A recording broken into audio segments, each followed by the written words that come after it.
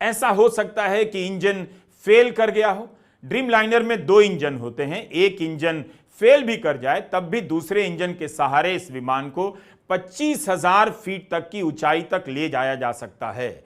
मगर अहमदाबाद के केस में ऐसा नहीं हो सका, विमान ऊपर जा ही नहीं सका और गिर गया।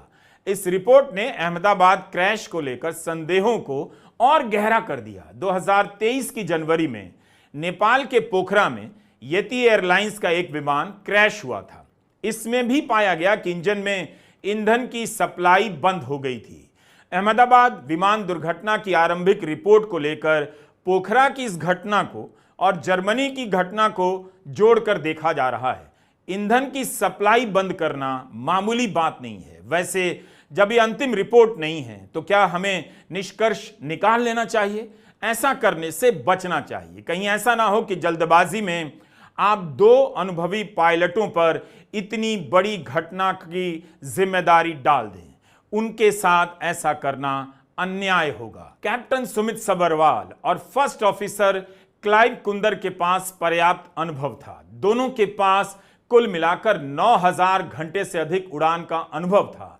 इतने अनुभवी पायलट यही काम करेंगे कि 2-2 इंजन में ईंधन की सप्लाई बंद कर देंगे ताकि प्लेन क्रैश कर जाए। इसी वजह से लोगों को यकीन नहीं हो रहा।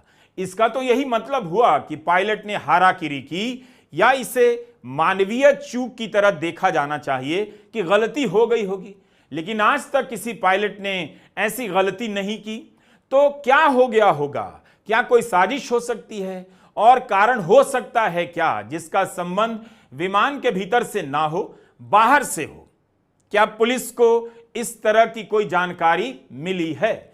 आरंभिक रिपोर्ट में साजिश की बात से इनकार किया गया है। यह भी कहा गया है कि उड़ान के मार्ग में चिड़ियों की कोई खास गतिविधियां नहीं देखी गई हैं। AAIB की आरंभिक रिपोर्ट के अनुसार सीसीटीवी फुटेज में दिख रहा है कि विमान में प्रवेश करते समय पायलट से लेकर सभी क्रू मेंबर ठीक लग रहे हैं। कहने का मतलब है विमान जब उड़ा तब पायलट थका हुआ नजर नहीं आया, ना नींद में रहा होगा कि ईंधन की सप्लाई बंद कर दे। नींद की बात हमने क्यों की?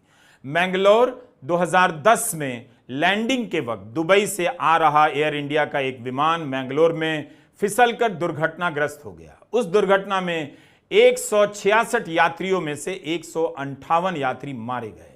तब भी जांच रिपोर्ट में पायलट को जिम्मेदार ठहराया गया। कहा गया कि विमान जब लैंडिंग कर रहा था तब पायलट नींद के झोंके में